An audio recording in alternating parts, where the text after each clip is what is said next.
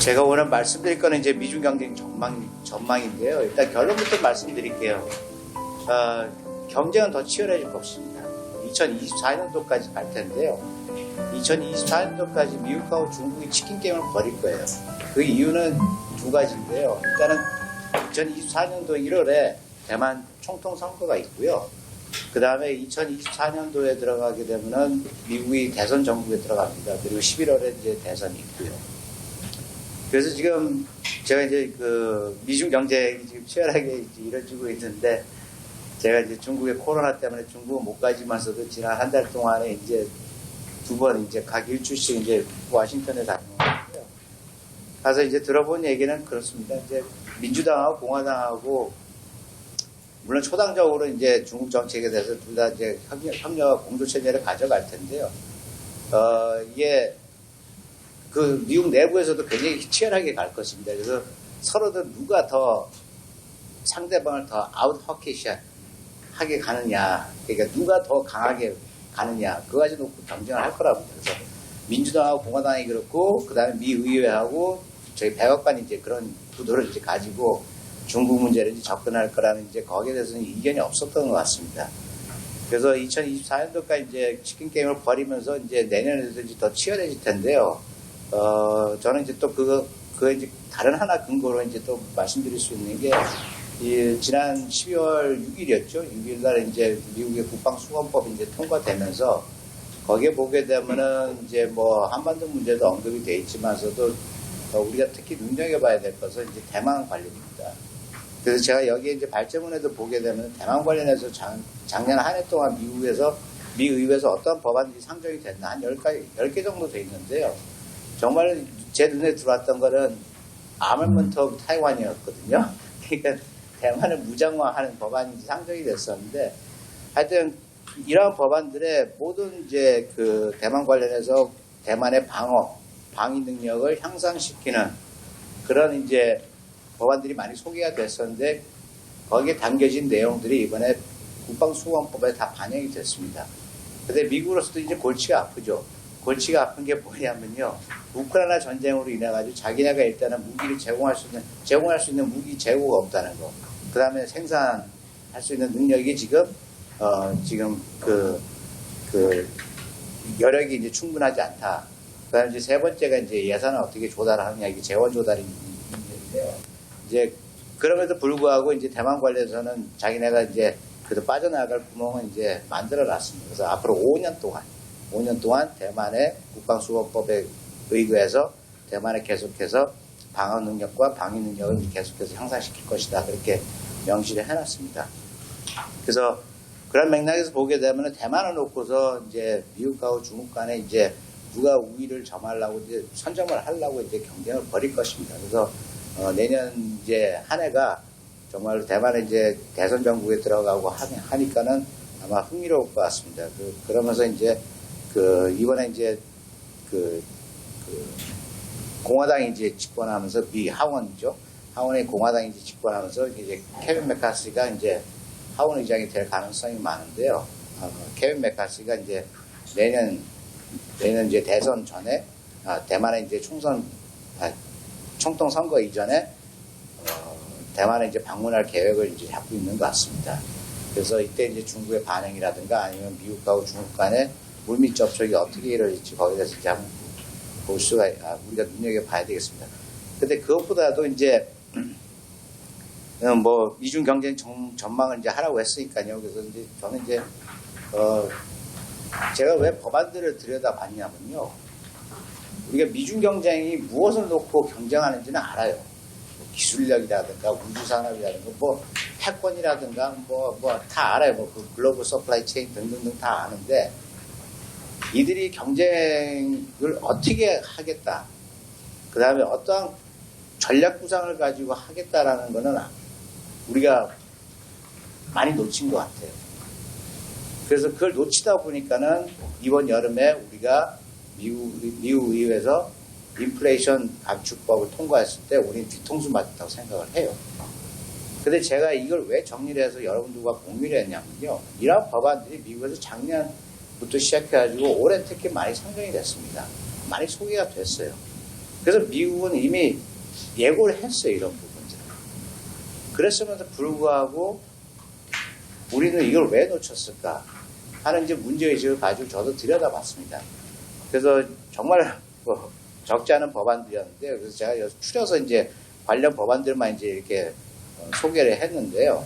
여기 보게 되면은 이제 인도태평양 전략 관련해서도 그렇고, 그 다음에 글로벌 서플라이 체인, 그 다음에 미국의 글로벌 리더십을 유지할 수 있는 법안, 그 다음에 그 대만 문제 관련해서 등등등 많습니다. 그리고 첨단 과학기술, 5G에서 미국이 어떻게 우위를 점하고 나갈 수 있을지, 그런 법적 근거를 이제 마련하기 위해서 미 의회에서 작년하고 올해 굉장히 많이 상정이 됐습니다. 근데 이러한 부분을 이제 우리가 다 놓쳤죠. 그리고 이제 국방수권법에 이제 특히 군사 안보 분야는 이제 많이 반영이 됐고요.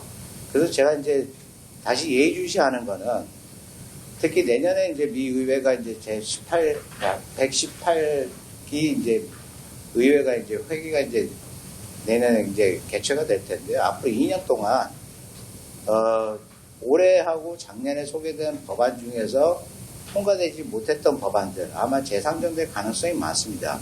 그리고 그 재상정될 가능성이 많은 법안들은 제가 이제 또 빨간색으로 표시를 했는데요. 여기 보게 되면 이미 초안들이 굉장히 많은 분량으로 이제 준비가 되어 있습니다.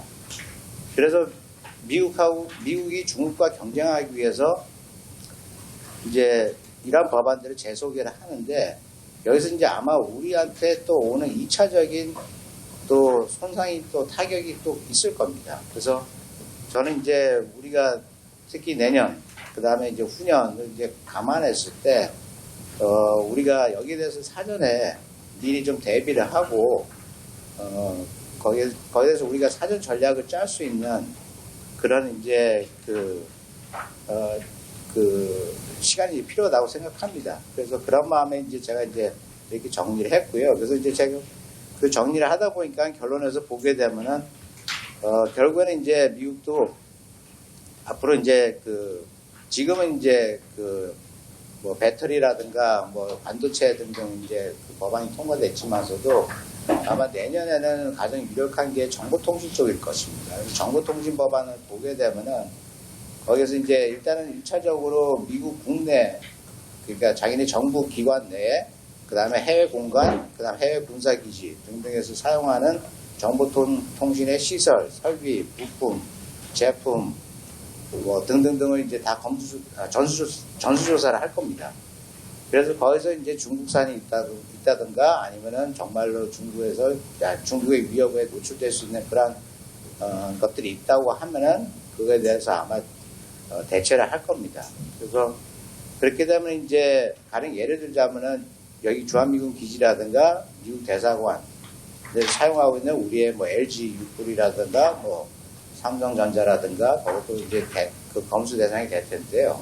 그렇게 되다 보면 거기서 이제 우리가 뭐 중국 부품을 사용한다든가 아니면 뭐 중국의 위협에 노출이 될 수 있을 때 아마 이제 우리 삼성전자라든가 LG U3 같은 경우도 타격을 받을 것입니다. 그래서 그러한 이제 제2의 IRA 사태와 같이 불행한 사태가 재발하는 것을 방지하기 위해서 제가 이제 그런 마음에서 이제 이걸 조사를 했었고요. 그 다음에 이제 보게 되면은 그 다음에 이제 히토류입니다. 히토류 관련해서도 지금 상당한 이제 법안들이 상정이 됐었는데요. 그래서 히토류 같은 경우 관련해서 보게 되면은 여기에 이제 미국이 히토류 생산부터 시작해가지고 공급망까지 재편을 하려고 합니다. 그래서 오늘도 이제 뭐 신문에 잠깐 나왔지만서도 뭐 호주가 여기에 대해서 이제 최대 생산지 중에 하나가 될 거라고 그렇게 전망을 하고 있는데, 미국도 이와 관련해서 자기네들 히토리가 굉장히 많습니다. 미국도요. 호주보다 더 많은데요. 미국이 안 하는 이유. 그 다음에 이제 중국이 생산 감축에 들어간 가장 큰 이유가요. 일단은 경제성이 없고요. 그 다음 두 번째가 환경 문제입니다. 그 다음 노동력 부족입니다. 중국에서도 이거 히토리오 생산은 이거 3D 잡이라서 지금 중국 농촌에서, 중국 방산에서도 지금 인력이 부족해지고 그래서 3년 전에 한 두 군데를 문을 닫은 것입니다. 그래서 그 다음에 이제 환경 문제가 제일 크고요. 왜냐하면 물 소비량이 굉장히 많기 때문에 이 히토리오를 이제 채굴을 해가지고 거기서 이제 정제 과정에서 이제 물 소비량이 굉장히 많기 때문에, 그다음에 전력 소비죠. 그렇기 때문에 이제 친환경적이지 않아서 이제 거기서 이 경제성 문제도 이제 연결이 되는데요. 그래서 이제 미국도 이제 자기는 이제 자체 생산을 이제 그 80년대 이제 대부분의 광산은 문 닫았죠. 그러고서 이제 다시 오픈하려고 하는 지금 움직임을 보이고 있거든요. 근데 이게 법적 근거가 있어야 되기 때문에 그래서 미국에 이제 상정이 됐었고요. 그래서 히토류가 있고 그 다음에 이제 에너지입니다. 석유하고 천연가스 문제도 이제 상정이 됐고요. 그래서 여기에 대한 공급망도 자기네들이 다시 한번 재편하려고 그런 움직임을 보이고 있고요. 그 다음에 이제 우리가 쉽게 놓칠 수 있는 부분인데, 이제 식량 안보 관련해서 식량의 공급망 가지고도 이제 미국이 다시 한번 재편하려는 이제 그런 그러한 이제 움직임을 이제 미국에서 이미 보였습니다. 그래서 이와 관련해서 이제 우리도 이제 적절하게 대비를 해야 될 것 같고요. 근데 이제 또 한편으로 보게 되면은, 제가 뭐 치킨 게임까지 갈 거라고 이제 미중 양국이 치킨 게임까지 갈 거라고 이렇게 전망을 하고 있는데, 우리가 그래서 현혹되지 말아야 될 것은 뭐냐면은, 이번에 20차 당대회 보고서하고, 그 다음에 G20에서 정상회의를 보게 되면은 중국이 굉장히 톤다운이 된 느낌을 많이 받아요. 괜히 톤다운 됐고, 19차 당대회만 하더라도, 와, 중국 인민이여 일어나라 하고, 다 같이 뭐 걸기대회 하는 식의 이제 그런 발언들이 굉장히 많았었는데요. 이번에 괜히 톤다운 됐어요. 왜냐하면 이제 우크라이나 전쟁하고 지금 코로나 때문에 중국도 지금 세계 불확실성 시대에 진입하면서 이제 자기네들도 입장을 명확히 하기가 굉장히 자기네들 이제 어려운 상황이죠. 그러다 보니까는 그런 불안감들이 이제 반영이 된 것 같고요. 그 다음에 이제 특히 이제 미국하고 중국하고 이번에 G20 정상회담에서 이제 약식 회담을 가졌는데, 거기서도 보게 되면은 중국이 괜히 톤다운 됐어요. 우리한테도 괜히 톤다운 됐어요. 그래서 미국을 차치하더라도 이제 우리와의 정상회담을 보게 되면은, 일단 제가 흥미롭게 본 거는 뭐냐면은 2019년도에 마지막으로 문재인 대통령하고 시진핑 주석이 만났을 때, 그때 G20 오사카 회의였죠. 그때도 시진핑이가 사드를 암시하는 양국의 중대한 관심사를 해결하자, 이걸 촉구를 했어요. 근데 이번에 그 발언이 없어요. 근데 그 발언은 지난 2019년도부터 2021년도 왕이 외교부장이 매년 한국을 방문하면서 항상 했던 말이에요. 근데 이번에 그게 빠졌어요. 그리고 더 한 가지 놀랬던 게 뭐냐면은, 우리와 정치적인 상호 신뢰를 구축하자고 그랬어요. 근데 이거는 정말 북한을 의식해야지 중국이 우리하고 정치적인 신뢰 얘기는 아무도 안 했거든요. 근데 이번에 정치적인 신뢰를 구축하자고 이제 그렇게 발언을 한 겁니다. 근데 거기 배경에는 뭐냐면은, 지금 이제 글로벌 공급망부터 시작해가지고 뭐 기술 반도체 등등등 이제 얘기를 할 수가 있는데요. 그래서 보게 되면은 시진핑이가 바이든 대통령한테도 그렇고 윤석열 대통령한테도 그렇고 경제 현안에 정치화와 안보와는 막자. 저는 이거와 일맥상통하다고 봅니다. 일단 경제 현안이 정치화가 되고 안보가 되면 협력은 깨집니다. 협력이 불가능해져요. 그걸 우리가 뭐 최근에 이제 뭐 비근한 예를 이제 말씀드리자면, 뭐 가장 가까운 사례가 이제 1차 에너지 쇼크 때였죠. 70년대. 그 전까지는 뭐 에너지는 공공재다, 뭐 석유는 공공재다 협력하고 뭐 안전한 공급망을 위해서 뭐 협력하자 했는데, 막상 위기가 닥치니까 다 이게 정치화되고 안보화되는. 그러다 보니까 협력이 불가능해져요. 한중일 간에는 당연히 천연가스하고 석유 협력하는 게 정말로 옳은 방법이라고 21세기 들어가지고 괜히 설파를 많이 했죠. 그래서 저도 거기에 이제 끌려가지고 한 10년 동안 에너지 연구를 하다 이제 포기를 했는데요. 역시 마찬가지다. 한중일이요. 지금 코로나도 보세요. 중국이 저렇게 코로나를 정치화하다 보니까는 협력이 안 됩니다. 그래서 저는 이제 비전통 안보 문제부터 시작해가지고 뭐 신흥 안보 문제라고 요즘 그러지만서도 이게 다 자국의 국익과 결부가 되게 되면요. 다 정치화되고 안보가 돼가지고 이게 협력이 불가능한 가장 큰 이유라고 생각합니다. 근데 그걸 이제 극복하기 위해서 결국엔 정치적인 신뢰가 이제 양국 간에 이제 존재를 해야 되는데, 아마 그걸 염두하고서 이제 시진핑 주석이 이번에 그렇게 발언을 한 것 같습니다. 그래서 유의미하다고 보는데, 그래서 저는 이제 특히 작년부터 이제 시진핑이 이제 1년의 연설을 보게 되면 지금 중국이 굉장히 초조하고 불안하고 지금 그런 걸 많이 읽어냈어요. 그러면서 이제 우리 대선 전후로 해가지고도 황구시보 사설에서도 이제 그런 걸 이제 많이 표출했는데요. 결국엔 저는 이제 개인적으로 그렇게 봅니다. 미국이 중국에 대한 압박과 견제가 어느 정도 효력을 보고 있는 것 같아요. 그래서 저는 이제 우리가 조금만 더 미국과 공조해가지고 중국을 압박하게 되면은 지금 코로나 사태부터 시작해가지고 우크라이나 전쟁, 지구전으로 가면서 중국이 느끼는 불안감을 이제 우리가 더 우리 쪽으로 유리하게 이용할 수 있지 않을까. 그래서 이제 제 말씀을 이제 결론을 드리자면요. 일단은 저는 이제 한 3가지 정도 말씀드리고 싶은데요. 첫 번째가 아까 조한범 박사님께서도 말씀하셨지만서도 한미동맹이 이제 수단이기 때문에 우리가 이걸 이용을 해야 되는데요. 지금 IRA부터 시작해가지고 우리가 칩앤 사이언스까지 보게 되면 반도체 법안까지 보게 되면 우리가 미국을 지금 이용을 못하고 있어요. 그래서 결국은 이제 우리가 왜 이용을 못할까 하는 것은 이제 우리가 미국이 뭘 원하고 미국이 지금 어떠한 행보를 이제 가고 있는지 그걸 이제 우리가 제대로 파악을 안 했기 때문에 이제 그렇다고 보는데요.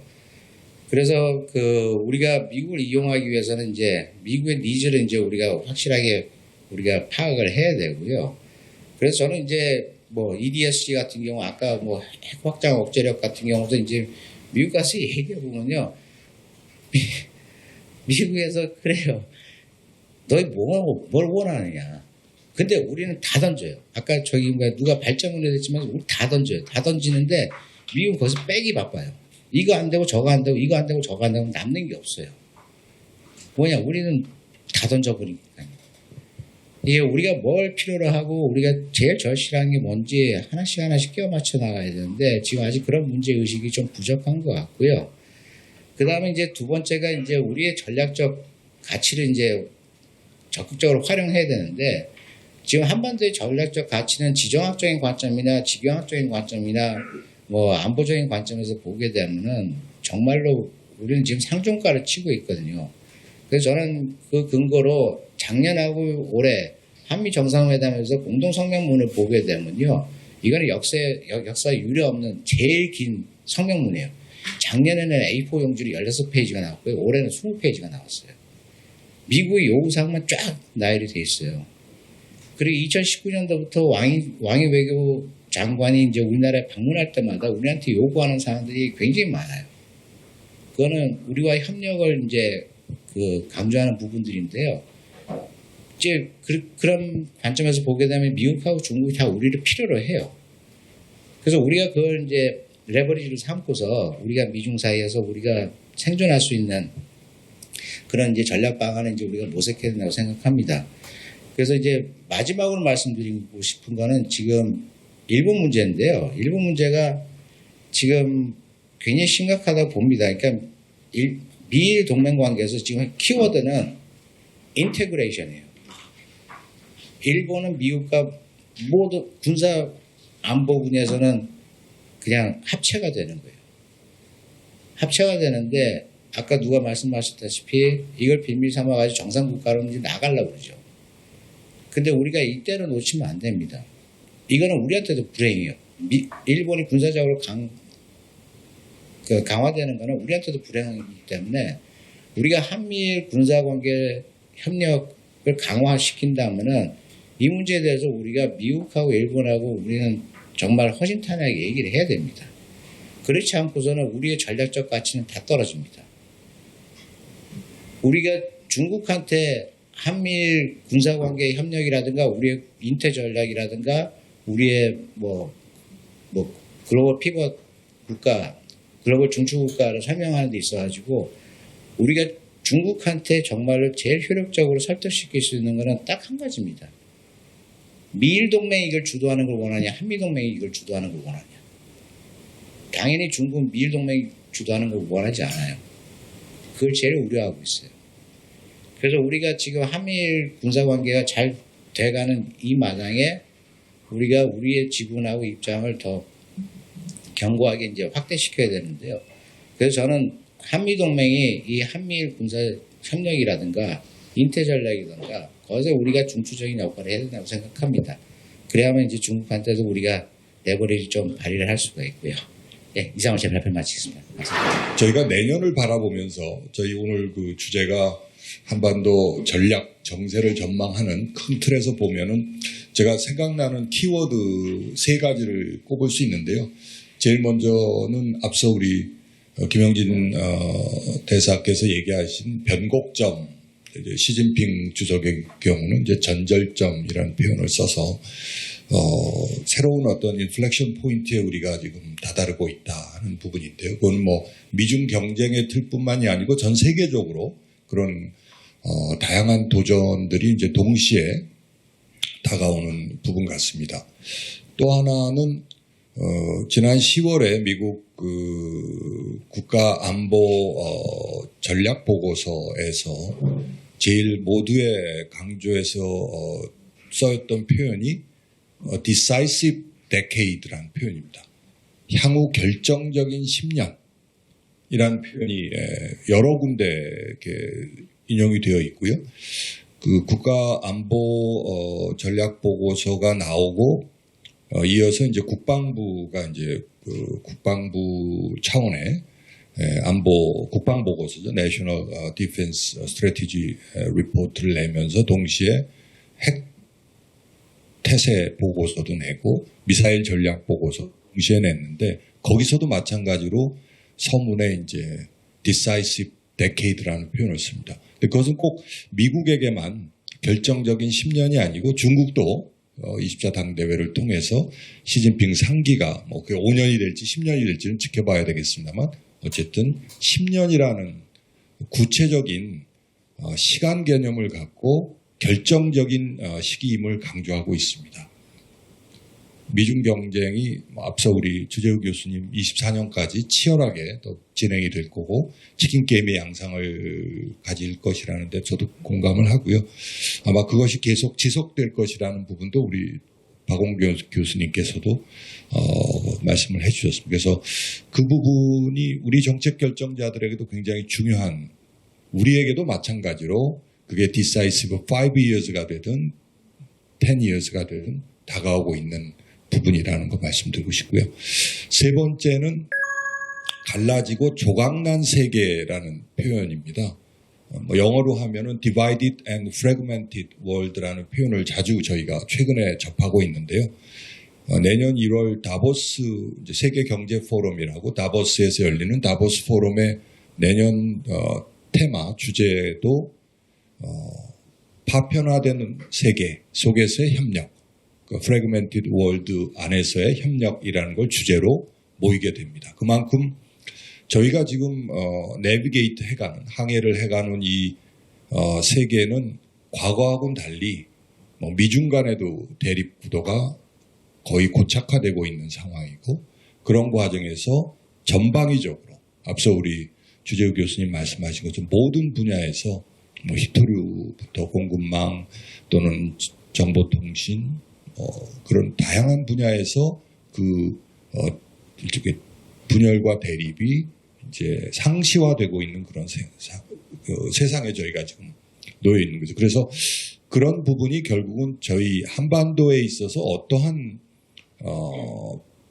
파급 효과 또는 우리가 그것을 어떻게 다뤄나가고 또 대응책을 마련해야 하느냐 하는 그런 걸로 연결이 되지 않을까 싶습니다. 그래서 아마 정책 결정자들이 더 고민이 깊어진다 이런 생각이 들고, 제가 뭐 구체적인 해법을 제시하려는 건 아니고 앞서 우리 주재우 교수님께서 좋은 표현을 해주셨습니다. 한반도의 전략적 가치가 상조가를 치고 있다. 뭐 그 부분에 대해서는 조금씩 평가에 따라서 잣대에 따라서 이견이 있을 수는 있을 것 같습니다만 저는 전략적 가치를 높여가는 길이 무엇이냐,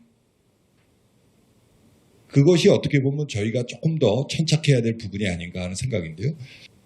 뭐 인태 전략도 곧 이제 우리 대한민국 정부에서 처음으로 이제 금년 말에 발표를 풀텍스트로 하겠다고 이제 얘기를 하고 있고, 또 지금 말씀하신 여러 가지 그 미중 간의 경쟁 구도가 더 이렇게 고착화됨에 따라서 우리 선택의 폭은 뭐 굉장히 좁아질 수밖에 없고, 그런 경우에 있어서 중국과의 거리 또는 중국을 자극하는 그런 조치 또는 방향이 계속해서 나올 수 있는 소지가 있는데 그 경우에 중국이 특히 이제 내년 같은 경우에 어떠한 반응 또는 어떠한 자세로 나올 것으로 생각하시고 또 그런 경우에 우리에게 어떤 대응책이 있을지에 대해서 한번 말씀해 주시면 좋을 것 같고요. 주재호 교수님께 드리고 싶은 말씀인데 진짜 궁금해서 그 중국이 톤 조절을 하고 있다고 말씀을 하셨는데 거기에 저희가 얼마나 많은 의미를 부여해야 되는지가 좀 궁금합니다. 그 박원곤 교수님께서도 오바마 시절에 그 순진한 기대가 결국은 되게 후회스러운 그 결과를 나온 부분이 있잖아요. 그래서 지금의 그 톤 조절이 어느 정도로 저희가 이제 진정성 있게 받아들이고 혹은 이것을 어떻게 저희가 활용할 수 있는지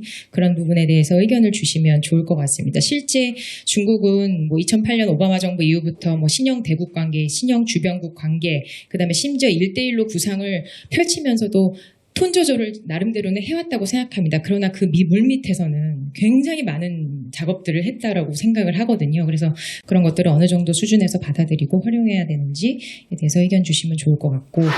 소다자주의 중심으로 가게 되고 그 다음에 그 인태 전략이라든가 IPF 그 참여 국가들을 보게 되면 한 16개 국가 이상이 되기 때문에 중국이 딱히 반응할 지금 상황은 아닌 것 같아요. 그리고 중국이 지금까지 아직 그렇게 하지도 못하고 있고 중국이 지금 굉장히 수세적인 입장이기 때문에 중국 문제는 뭐 더 심하지는 않은 것 같아요. 근데 저는 두 가지 말씀드리고 싶은데 그럼에도 불구하고 우리는 이제 보험이 필요해요. 그래가지고 사드와 같은 상황이 재발되는 것을 우리가 막아야 되고요. 근데 그걸 이제 미 의회하고 미국 그 정계에서도 그 의식을 하는 것 같아요. 그래가지고 동맹하고 파트너 국가들이 이에 대한 불만을 많이 제기를 했고요. 그러면서 이제 올해죠. 올해 상원에서 이제 그 결의안이 통과가 됐고요. 그래가지고 법안까지 상정이 됐는데, 상원에서 패스가 된다. 아직 하원에서 패스가 안 됐어요. 그래가지고 그 경제적인 압박에 대한 그 미국의 대응 법안인데요. 그래서 그게 이번에 NDA는 국방수급법에는 포함이 됐어요. 근데 안타깝게 그게 대만에만 국한돼 있어요. 그 대만에 중국으로부터 압박을 보호한다. 이제 그 취지를 가지고 이제 그 포함을 시켰는데요. 그래서 이번에 이제 뭐 프랑스라든가 뭐 호주 같은 경우 불만이 굉장히 많죠. 그 다음에 이제 두 번째가 이제 뭐냐면은 이제 두 번째가 그거 이제 미국에서 이제 우리가 이제 미국을 더 관리를 해야 돼요. 어떻게 보면 좀 역설적인데요. 그래서 미국을 관리를 해야 되는데 지금 미국 동맹과 파트너 국가들이 다 미국이 지금 이 기술 이전은 글로벌 공급망을 막 타이트하게 컨트롤하는 게 이게 아까 유탄이라고 말씀하시면 그게 저희한테 날아오거든요. 근데 가령 예를 들자면 지금 그 수출 통제 같은 경우도 지금 미국에서 상무부에서 국방부로 이전시키려고 그래요. 그 권한을. 그렇게 되면은 이게 정말로 상업적인 목적을 가지고도 우리가 기술 이전을 하기가 굉장히 어려워지는 지경으로 가요. 그래서 저는 이제 감히 말씀드리지만은 우리가 내년에 혹시 뭐 G7에 우리가 또 그 옵저버 국가로 또 참여를 하게 되고 초청을 받게 된다고는 정말로 이거는 긴밀하게 미국의 동맹하고 파트너 국가들이 이 문제에 대해서는 그 정말로 같이 협력하는 공조 체계를 만들어야 되고요. 그래서 이거 가지고 우리가 미국을 컨트롤 해야 돼요. 매니지를 해야 돼요. 정말로. 근데 미 의원하고 미 정부는 자기네가 세운 법안이 대외적으로 어떤 의미가 있고 어떤 영향을 미치는지 전혀 고려를 안 해요. 그래서 아까 뭐 누가 발제하셨지만서도 호주가 불만인 게 핵잠수함 만들게 해주겠다는데 진수가 2030년도 후반이라고 앞으로 20년 더 기다려야 된다는 겁니다. 네, 그런 게 있고 그다음에 두 번째가 이제 김 교수님께서 이제 말씀하신 그 중국의 톤 조절에 대해서 의미를 부여해야 되느냐 저는 부여 안 해도 된다고 생각합니다. 왜냐하면 의미 부여를 하려고 그러면요 이게 어느 정도 저는 근거를 미국 측하고 중국 측에서 나온 회담 결과문을 비교해서 보면요 어느 정도 교집합이 커지면 커질수록 의미 부여를 할 수가 있어요. 근데 지금 미국 측에서 나온 거하고 중국 측에서 나온 내용이 너무 달라요. 그러니까는 이 문제 가지고 워싱턴에서 얘기를 했더니 그렇게 영어로 표현하더라고요. They heard each other, but they didn't listen to each other. 네, 그렇더라고요. 그래서 의미 부여는 뭐 잠시 보류하는 것도 괜찮을 것 같습니다. 네.